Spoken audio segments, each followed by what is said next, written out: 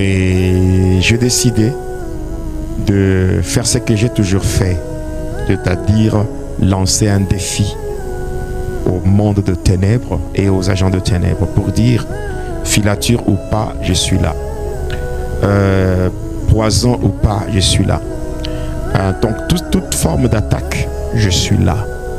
Donc je dis ceci, je n'ai pas peur et je ne veux pas me cacher parce que celui pour qui je témoigne m'a dit va et dis-leur. Alors le reste c'est à lui de le faire. Donc ma sécurité, la sécurité de ma famille et tout ça c'est maintenant entre les mains de Jésus. Et tant que ma mission qu'il m'a confiée n'est pas encore arrivée à son terme, quoi que l'on fasse contre moi, je ne mourrai pas. Et même ceux de ma famille ne seront jamais inquiétés parce que le Seigneur Jésus-Christ, il est le puissant gardien de nos âmes.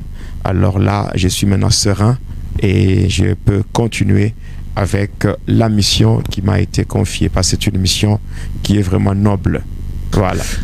Oui, nous allons continuer avec la magie sainte, c'est-à-dire la magie catholique. Si on doit être clair, on doit parler sur la magie catholique. En direct, je regarde quelqu'un qui pose une question.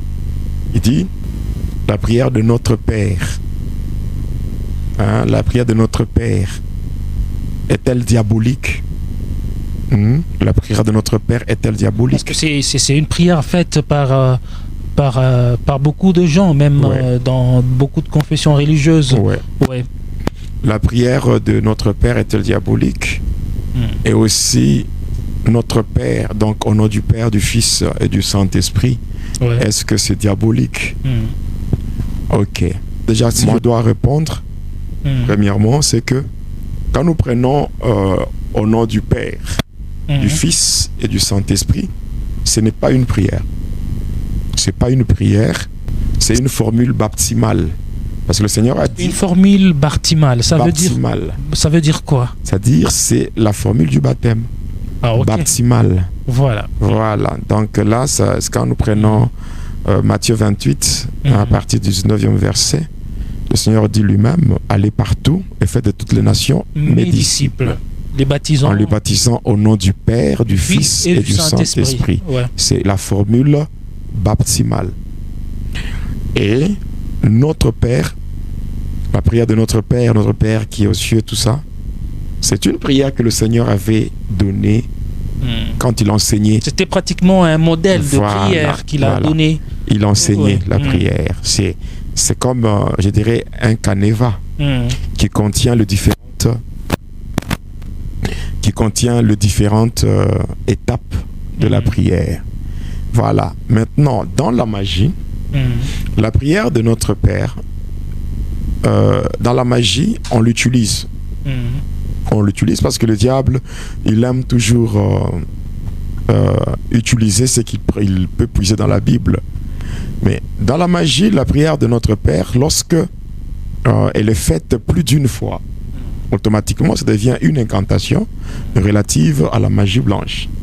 Et ainsi, vous allez voir dans la période de pénitence ou même dans la période de confession où les gens vont voir le prêtre pour passer à la confession. Alors, après avoir fait la confession, on va leur donner tout un tas de prières à faire. Tu feras la salutation de Marie autant de fois, la prière de notre Père autant de fois, la prière, donc toutes ces prières-là, on leur donne et ces prières sont à répéter ou à réciter autant de fois. C'est une connexion, une communion avec les mauvais esprits. Non, en fait, ici... Mais lorsqu'elle est faite une seule fois, ça n'a rien à voir avec le diable. Non, en fait, ici, le mal, c'est de faire la prière en répétition. Oui. Donc, la même prière, vous la répétez plusieurs fois. Là, ça devient... En fait, en réalité, un chrétien, c'est pas quelqu'un qui est appelé à mémoriser la prière. Il faut dire ce qui vient du cœur. C'est qu'un chrétien doit retenir et garder dans son cœur c'est la parole de Dieu. Quand nous prenons le psaume 119, le verset 11, il est dit, je serre ta parole dans mon cœur afin de ne pas pécher contre toi. Maintenant, la prière La prière, c'est le moyen par lequel un homme peut s'adresser à Dieu. Donc, quand on parle à Dieu, et les satanistes aussi s'adressent au diable et aux démons. Donc, c'est un moyen donc, qui permet d'établir une conversation entre le physique et le spirituel. Donc, le naturel et le surnaturel. Bon, c'est ce qui se fait. Mais retenir une prière, ce n'est pas vraiment la peine. Ça ne vaut pas la peine. Répéter la prière plusieurs fois. Retenir une prière pour la répéter plusieurs fois, ce n'est pas tellement nécessaire. Et il arrive de fois même dans des églises, c'est pas seulement l'église catholique, même dans des églises des réveils, on peut vous donner par exemple, on vous dit non, vous allez lire le psaume tel et vous allez répéter cela en priant plusieurs fois. Non. Il arrive des certains serviteurs de Dieu font ça. Les psaumes ne sont pas de prière. Ce sont de chants. Ce sont de cantiques. Parce qu'il y a des moments où les gens qui sont en difficulté, on te dit non, tu vas prendre psaume combien, psaume 50 ou psaume combien, là, tu commences à lire en répétition.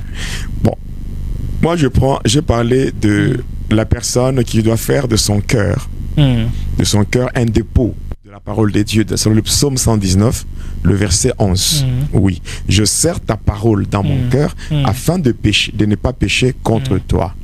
Mais nous allons y arriver. Lorsque nous allons parler sur l'occultisme dans l'Église, vous allez comprendre pourquoi certaines personnes qui se disent pasteurs demandent aux enfants de Dieu de passer par des psaumes, la récitation des psaumes. Le psaume, il y a ce qu'on appelle la clé des psaumes kabbalistiques.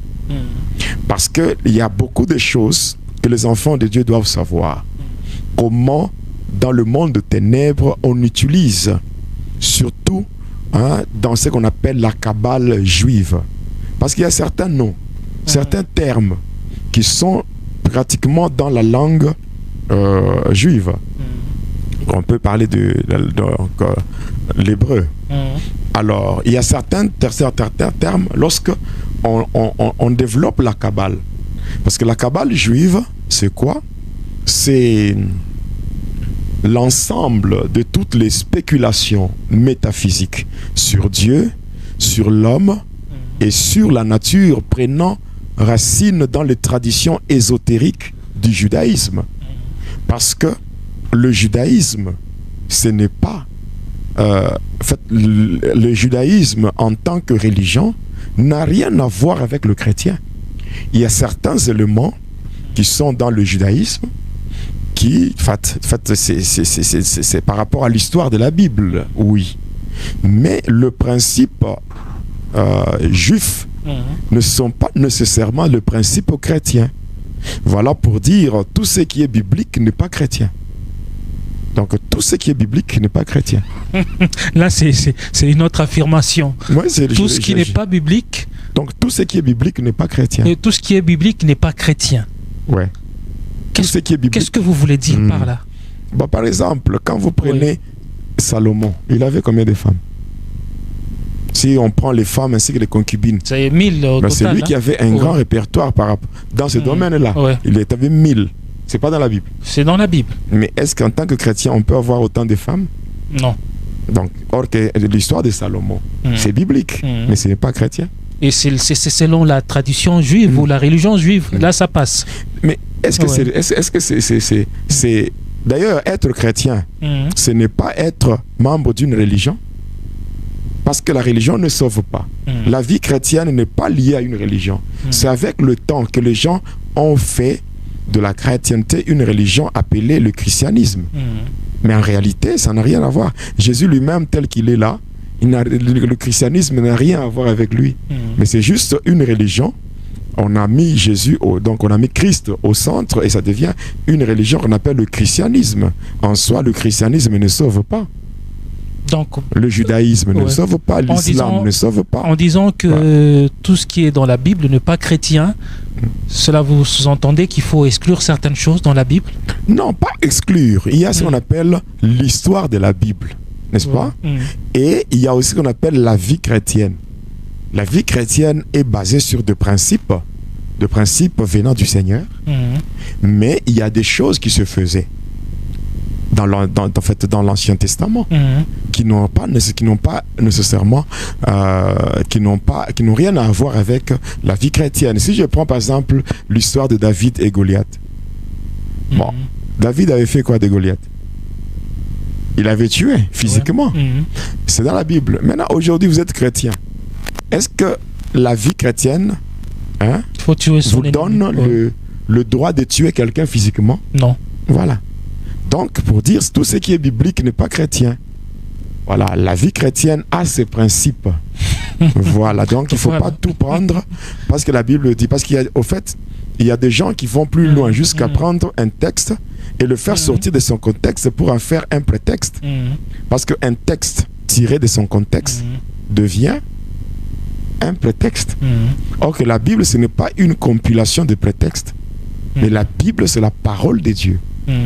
Donc c'est la parole de Dieu et c'est le Saint-Esprit qui nous aide pour bien comprendre cette parole. Qu'est-ce que Dieu veut nous dire au travers de sa parole?